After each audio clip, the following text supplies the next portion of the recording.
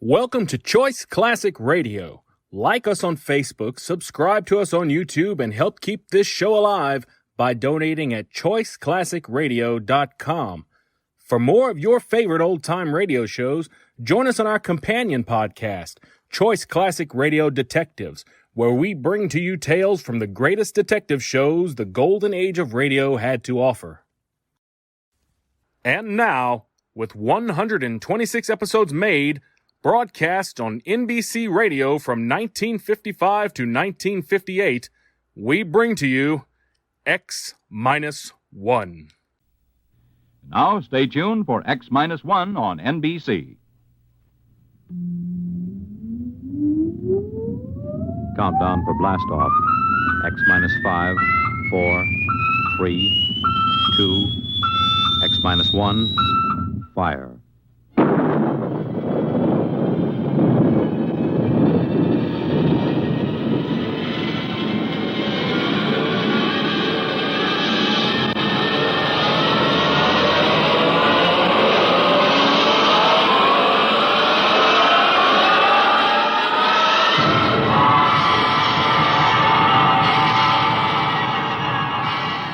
From the far horizons of the unknown come transcribed tales of new dimensions in time and space. These are stories of the future, adventures in which you'll live in a million, could be years, on 1,000 maybe worlds.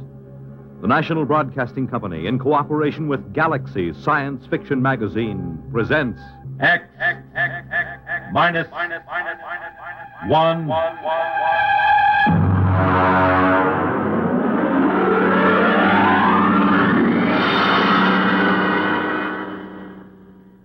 Tonight, the Frank Quattrocchi story, Sea Legs.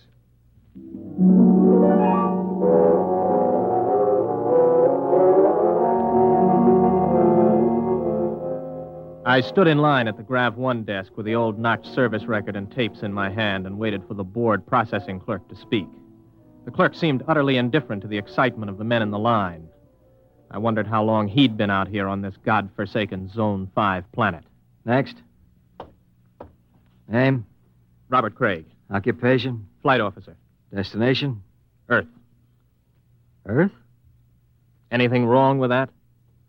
Well, I guess not. How long since you've been on Earth, Mr. Craig? Well, I've never been there. My parents left during the second colonization of Cassiopeia. I was born there. Have you ever been in a gravity system? Well, just briefly. Under drugs, of course.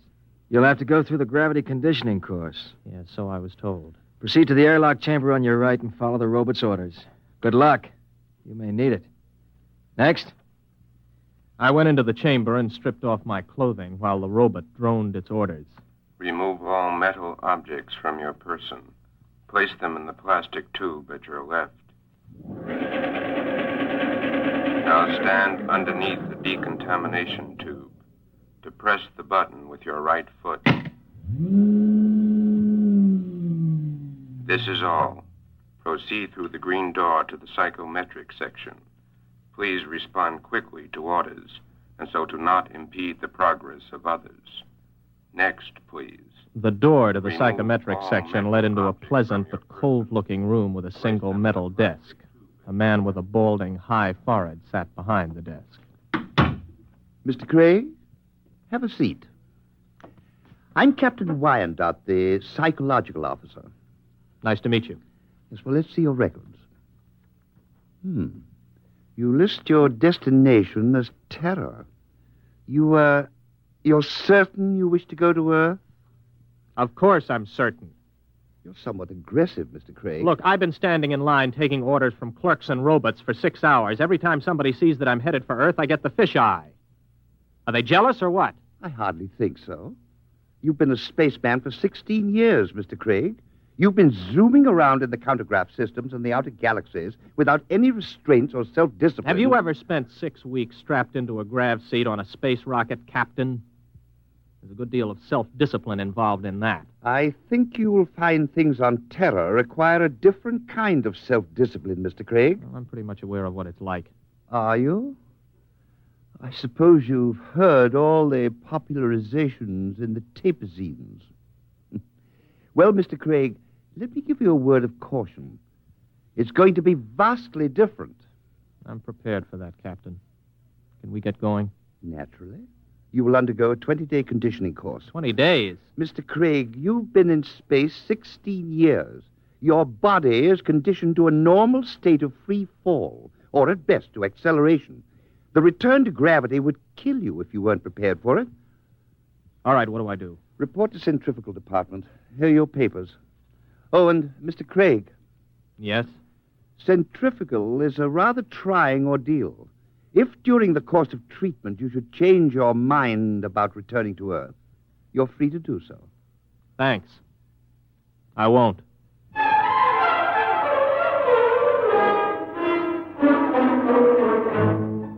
I'd heard about centrifugal, but you can never really know about these things until you experience them. 4 times a day, we were whirled around until it seemed as if our insides were too big for our bodies. On the 12th day, it got to be too much for me.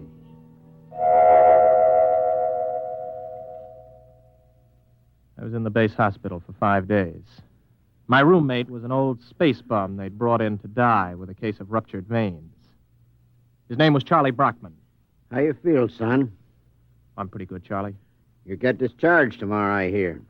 You gonna try it again? I guess so. Why?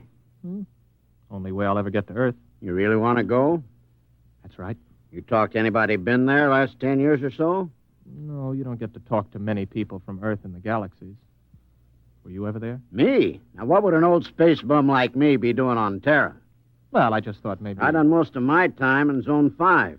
Out there, you get to thinking anybody who stays less than 80 light years from Earth is a landlubber. Yeah, I used to think the same.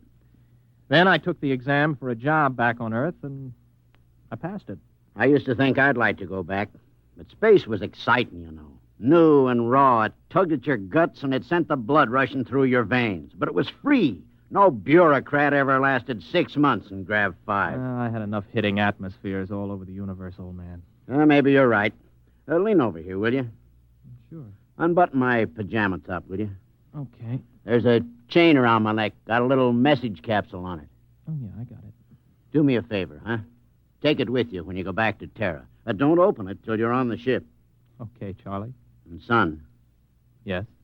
I lied to you. I have been back to Terra. I faked some papers and made a landing there 6 months ago. What are you doing back here? I had to leave in a hurry. Why? You'll find out, son. Good luck.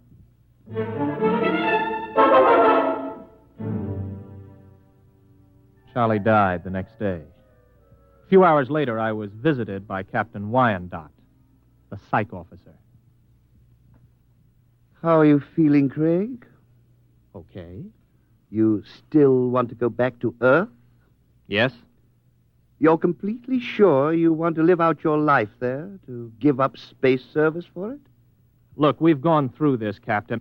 Now, you tell me that spacemen don't settle down on Terra, yet you won't or you can't tell me why. All right, what's the pitch? Does the Space Service need men so badly that they have to make it impossible for us to go back? That, Mr. Craig, you will have to discover for yourself.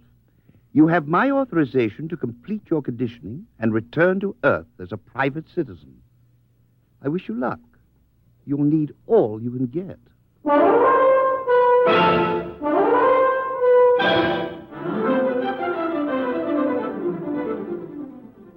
Somehow I managed to survive the torments for 18 days. I was ready to return to Earth. A month later, I descended from a huge intergalactic jet at Los Angeles Spaceport. I was dead tired from the trip. I checked in at the nearest inexpensive hotel. This is your room, sir. Just put the bags down, will you? I'll unpack myself. Yes, sir. Just back from outer space, sir? Yeah, that's right. How could you tell? Sea legs. Sea legs? Well, the way you walk. You can tell when somebody's been in the low grav systems. Oh, well, here. Oh, thanks, Mr. Craig. For another 5 units, I'll tell you where it is. Well, what is? You know, the mic. Mike? Okay, make it 3 units. I won't hold you up. You mean a microphone? Yeah, that's right. They wanted to put screens in, but the boss convinced him there ain't any Freedomites ever stay here.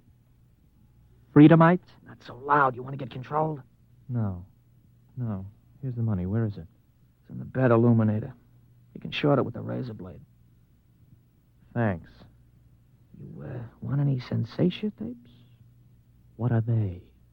You know, mental image tape. Oh, boy, you've been away from terror a long time. Wait a minute, before you go, son. Yeah? Where's the minerals building? I have to report there for a job interview. Oh, it's in the government cluster. 5th level at X and 2nd. Thanks. I'll want breakfast about 8 o'clock. Well, I'll need your ISS units. My what? Your ration units. I don't have any ration units. You have your ident card? Look, I just got here an hour ago. Oh. Well, you better go see the Civil Control Board tomorrow. If you want to eat, that is. All right, where do I find the control board? Government cluster. But don't worry. If you don't find them, they'll find you.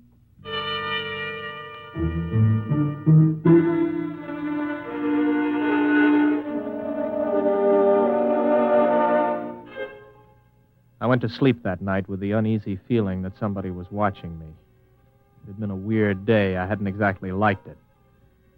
Well, I told myself it figured that there'd be more formalities and rigmarole on Earth than there were out in the systems, especially at first. Still, I couldn't get the idea of the concealed microphone out of my mind. You may relax, Mr. Craig. You are Mr. Craig. Yes, Robert Craig. You aren't nervous, are you? No. This is my first time before the control board, and, well, it's my first time. Flight officer, huh? Somewhat unusual for a vigorous young man like yourself abandoning space service, isn't it? I don't know. Is it? Leaving something behind, Mr. Craig?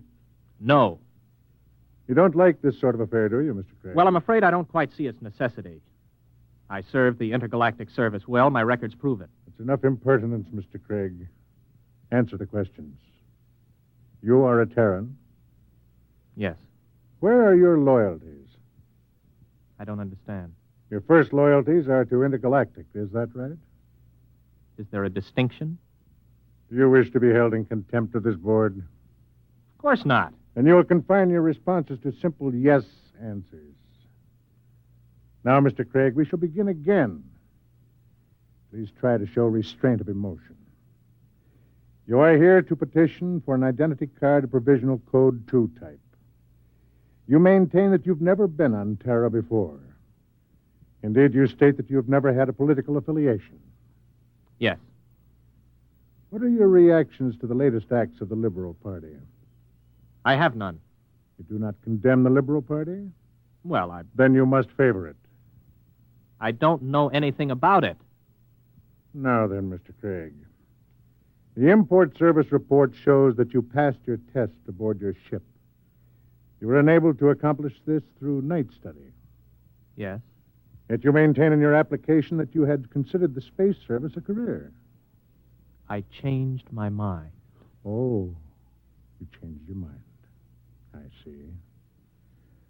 I see, too, that you have petitioned the board for a private means of conveyance. Why do you wish to own your own transportation vehicle?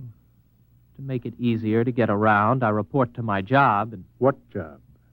I passed the exam for the import service. I report today Where are you living, Mr. Craig? at the Star Hotel. Very well. You'll wait outside in the waiting room until you're called again. I waited about 2 hours in the porcelainized waiting room of the Civil Control Board. Then I was called over to the clerk's desk at a small window. He stamped some cards for me. Craig, Here.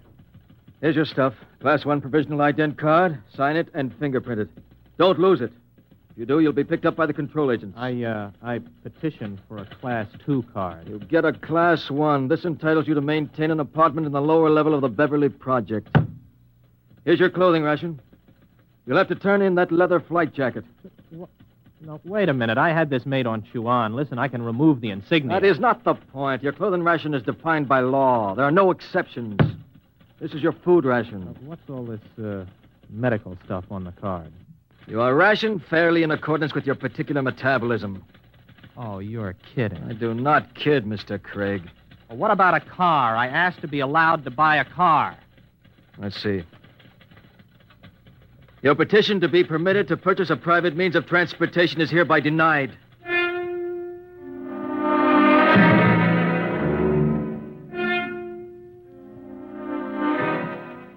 walked out of the control board feeling like a man who has just come out of free fall into a hypergravity system.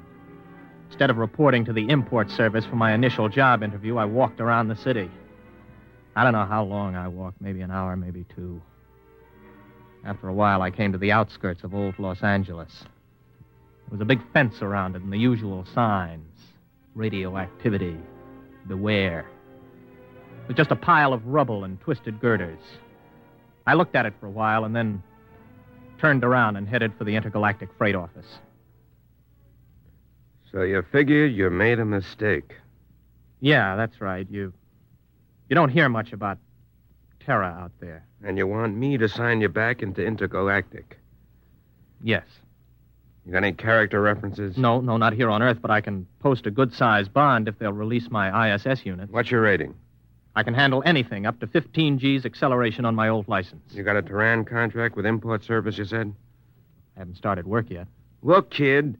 Mr. Craig, is it? How long you been on Earth? 2 days. So you're a spaceman. Flight officer, ex-flight officer. You know how to navigate through 4-star zones and the asteroid belt thrown in. You got a license for 15 G's, could get 5 more with a check flight. You got enough brains to pass the import senior routers exam. But you ain't got enough sense to come in out of the rain. We get guys like you every day. You're hot, you're big, you're raring to go. But you ain't gone nowhere. I'm listening. I don't know how you got here, Craig. Maybe you did quit honorable, or maybe you went and burned up a colony someplace. That would be in my records. The point is, it don't make any difference. Nobody leaves Terra without a permit. Nobody gets a permit to go back to space once he hits this old apple. Why not? They afraid somebody will tell what it's like? Oh, son, you got things to learn. One is you don't go shooting off your mouth. Another is Terra's changed a lot since the radioactive wars. We're going places, doing things. Big places, big things. You've got to fit into that, kid. Move with it. Stick around. You still got your sea legs. You're gonna like it here. You can make a quick dollar and spend it quick, too. But you'd better smarten up, or you'll finish scrubbing radioactive dust off girders. That's the story, huh? The whole story? That's it. Everything runs by a system. And, son, you can't buck the system. Yeah. I don't suppose there's any place around here a guy could get a quick drink. Oh, yeah, out at the end of Y Street, they got a little place you can buy Acadian tars. Pluto's, they call it. Thanks. Yeah, get it out of your system and then settle down. That's my advice. Thanks. So long. Get me the control agent. He just left here. He's on his way to the Pluto Cafe.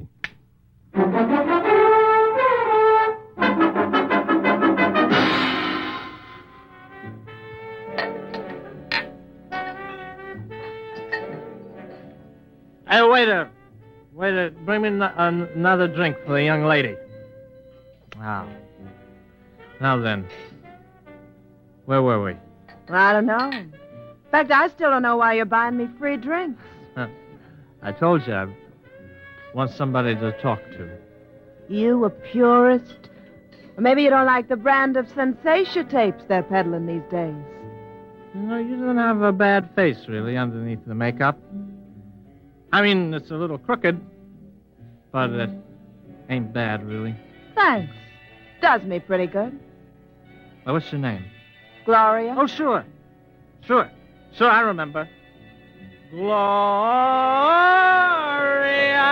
Maybe you had enough to drink. No, not yet. You know, I look around, I see all these people with their faces all froze up like plastic. And I feel like I got to know somebody, or I go out of my mind. So what happens? Everybody is afraid. I mean, what happened? Whatever happened to freedom? What's the matter? Did I say something? What's everybody so quiet about all of a sudden? Okay. Come with me. Yeah, well, who are you? Control board agent. Hey, I wasn't with him. Honest, he just picked me up and bought me a drink and started shooting off his mouth. I wasn't with him. Let's go, Mac. Wait a minute, what for? You'll find that out. Come on. On your feet. Okay, come on, keep your hands off. I'll go with you. Everybody else just mind your own business. You, girlie. Yeah? Let's see your ident card. Here. You live at this address? Yeah? Alone? With my sister. Maybe some night you could go to a movie or something. We could spend some time getting acquainted. Yeah. Yeah, sometime. Good, I'll call you. Hey, I need my dent card back. I can't get rations without it. I'll keep it. Bring it back myself. Wants to give the girl her card. No! Or maybe you mind your own business. Let's go. You walk just a little in front of me.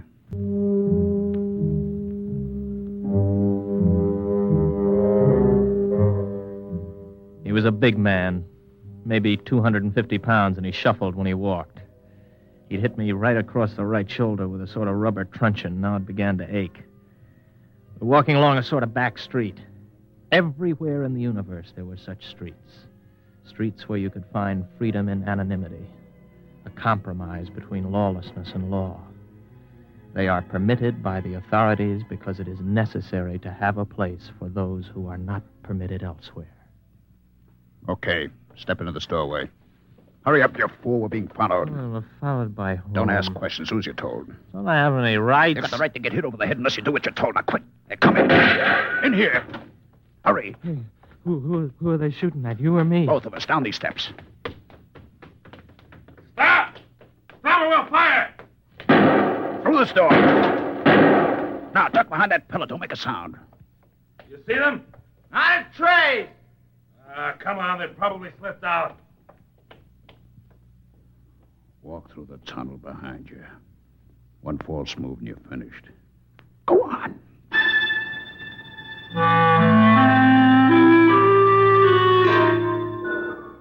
From the direction of the tunnel, I guessed it was part of an old sewage system that led toward the ruined city. I don't know how long we walked, maybe an hour. Finally, we came to a small wooden door. Stop here. Okay, let's have it. What? Have what? The tube. I don't know what you mean. Our detectives picked it up on you the minute you got off the plane. You're carrying a radioactive message tube with a periodic emission signal. I'll need to have it before we can go any further. You mean the tube that old Charlie gave me? Old Charlie? Yes, Charlie Brockman. The old spaceman who was in the hospital with me. Where is it? I think it's in my pocket. I never even bothered to open it. Do it now. Let me see. Oh, yeah, here it is. Open it. It's empty. That's right. The message is in the tube itself. We identify our people by the radioactive pattern. Our people? You'll see.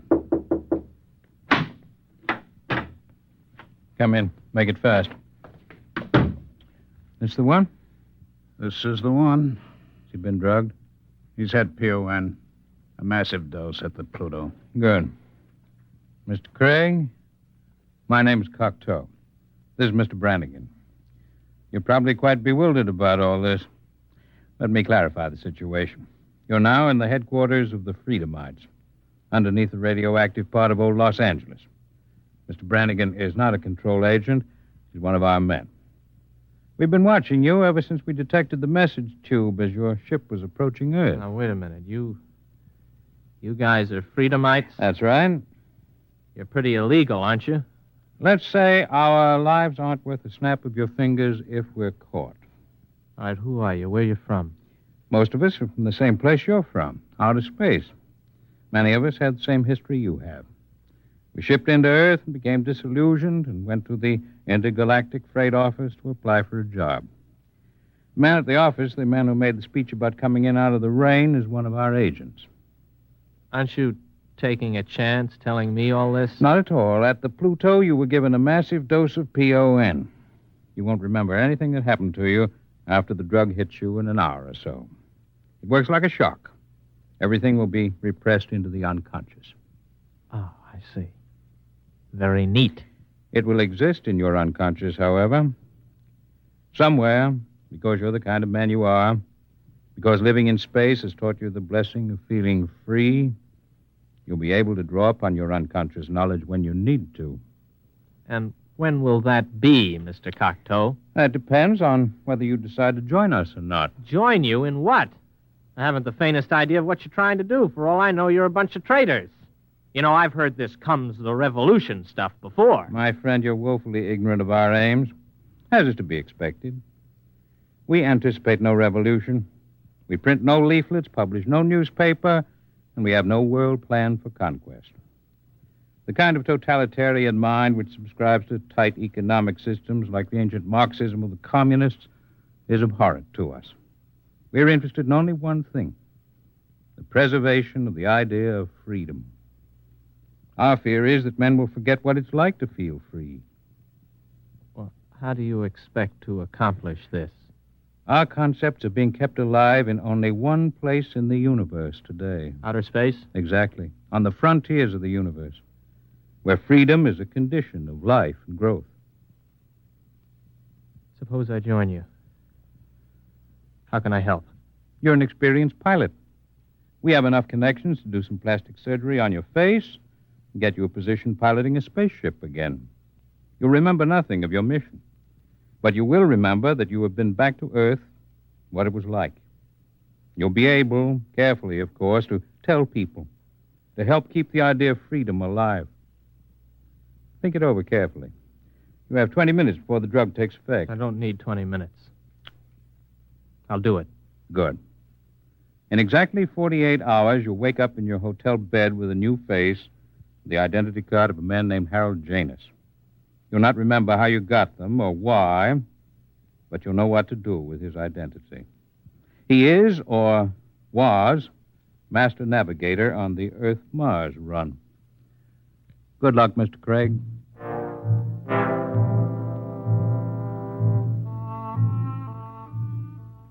I woke up in the hotel bed, feeling like a man who has hung one on but good. I looked into the mirror and I saw the face of another man. I looked in my wallet and discovered that I was Harold Janus, navigator for Intergalactic, holder of a license for 15 Gs. I wondered where it came from, how I got it, but I asked no questions. This license, this ident card, meant freedom. I walked out of the hotel feeling steady for the first time. I'd gotten my sea legs at last.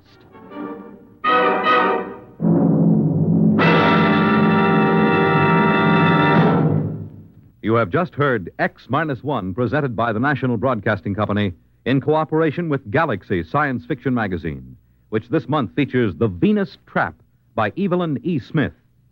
One thing man never planned to take along into space with him was the eternal triangle, especially a true blue triangle like this one. Galaxy Magazine, on your newsstand today. Tonight, by transcription, X-1 has brought you Sea Legs, a story from the pages of Galaxy, written by Frank Petrocchi and adapted for radio by George Lefferts. Featured in the cast were William Redfield, James Stevens, Stan Early, Charles Penman, James Dukas, Richard Hamilton, Jack Orison, Jack Grimes, Craig McDonald, Ralph Bell, Kermit Murdoch, and Frederica Chandler. Your announcer, Fred Collins. X-1 was directed by Daniel Sutter and is an NBC Radio Network production.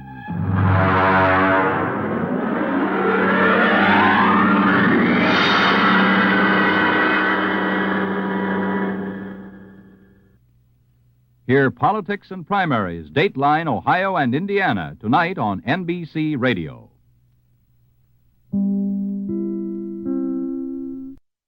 That concludes today's episode. We'd like to thank you and remind you to donate at choiceclassicradio.com. Remember, your donations make episodes like this possible.